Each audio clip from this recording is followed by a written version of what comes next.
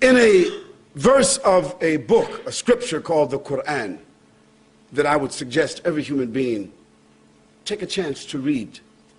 If you can't read it all, read a verse, read a chapter of it. I mean, why not? You watch TV, you got 100, and if you got cable, you got 700 something channels, including those adult channels. If you got a computer, you're surfing the web. But then go to Google or Giggle, whatever search engine you got, and just put in the word Quran. Q-U-R-A-A-N. Yeah, Quran. Just put it in there. I dare you.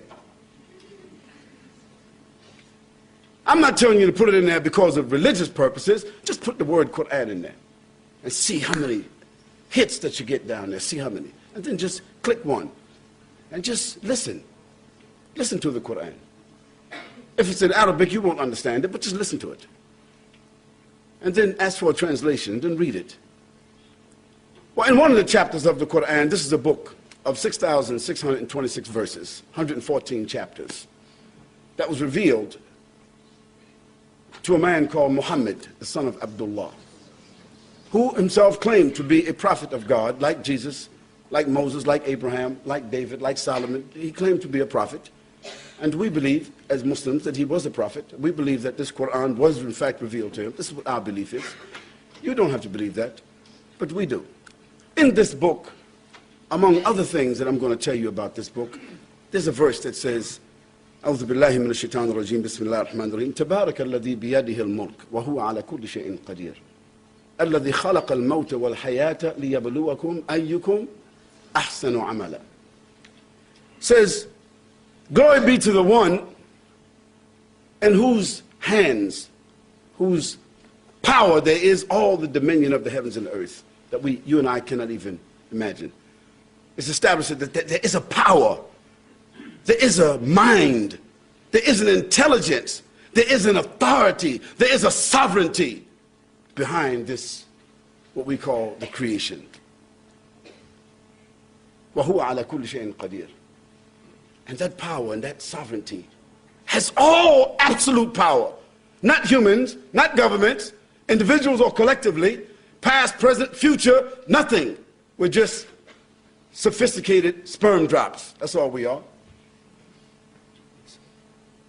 Sophisticated.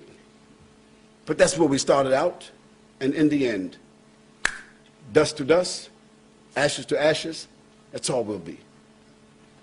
وَهُوَ عَلَى كُلِّ شَيْءٍ قَدِيرٌ الَّذِي خَلَقَ الْمَوْتَ. It is that authority, that power, it is that mind, that intelligence that has created the heavens and the earth and everything in it, and created death for the humans before giving them life. Think about that. Death was conferred upon us before we were even given life. It was already there, inescapable. When you came into life, you carried with you the imprint on your DNA. You gotta die. That's a ticket that comes with the package. Life, death. But in this particular verse, we usually as humans say life, death, because we're living looking at death, even though we ignore it. But in this verse, it switches it because the one who has given the life says, death, we give you as a gift life. الذي خلق الموت والحياة ليبلوكم أيكم أحسن عملا. In order to see which one of you will be the best in their behavior and in their conduct or their responses. Now that verse gives us the premise of our discussion.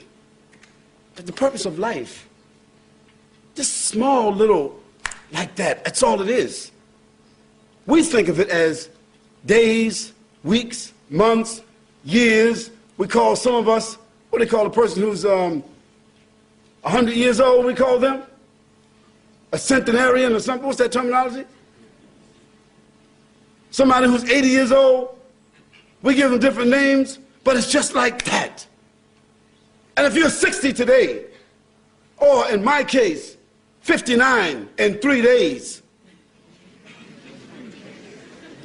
Maybe I shouldn't have said that, huh? See, think back. Think back when you were 15 years old, 12 years old, when you were just playing around in the schoolyard at home, doing this and that. You had no problems, and you're thinking about life and all the things you want to do and what you want to be and what you're going to achieve, and your brothers and your sisters and your mother and your father and your house, and no responsibilities, no rent, no bills, no nothing. Think about it. When was it? It was just yesterday. For me, it was just yesterday. Just like that. Where has the time went? What has happened? And now, today, everyone will agree. It seems like the sun rises and sets, and the day is just going like this. You can't even say, what happened? What's today? I said, today is Tuesday. I said, Tuesday, brother, this is Thursday. I said, what happened? It's time. Because time is nothing but a capsule. Time is nothing but a drop of water on the windowsill, and the sun comes and it's gone. That's time. And that's what you and I have been given. We've been given time. And what you're going to do with this here time? No one, no group has come into being on their own. Is anybody here, whatever philosophy that you have, who can say that, well, I came into being on my own? No, you didn't come into being on your own. You didn't decide to come here. You didn't decide to even be here in this life.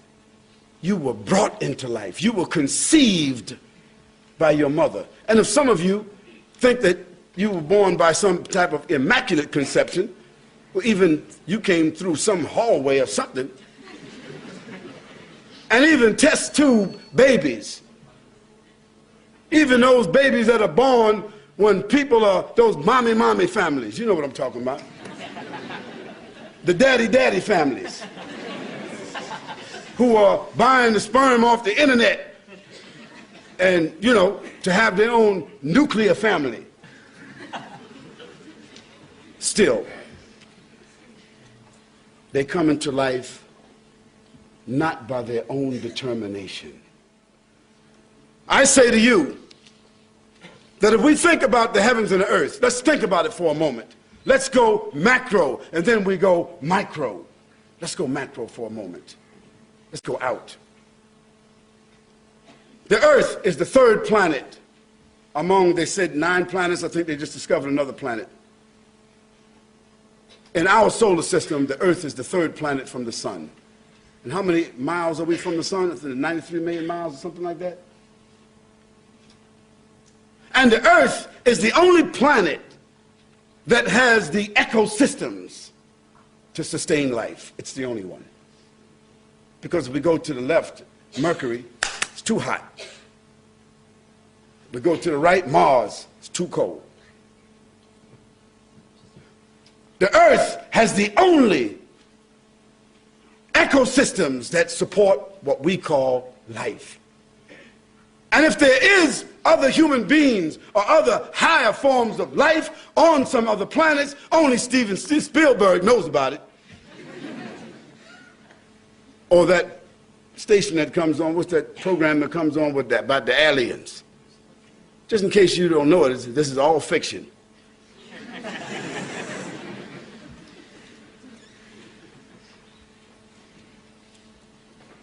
And our solar system has a sun, which is a star.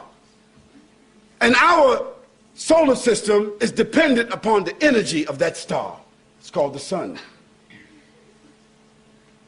Yet our sun, with all of its brightness and power, it is one of the smaller stars in the Milky Way. Did you know that? One of the smallest.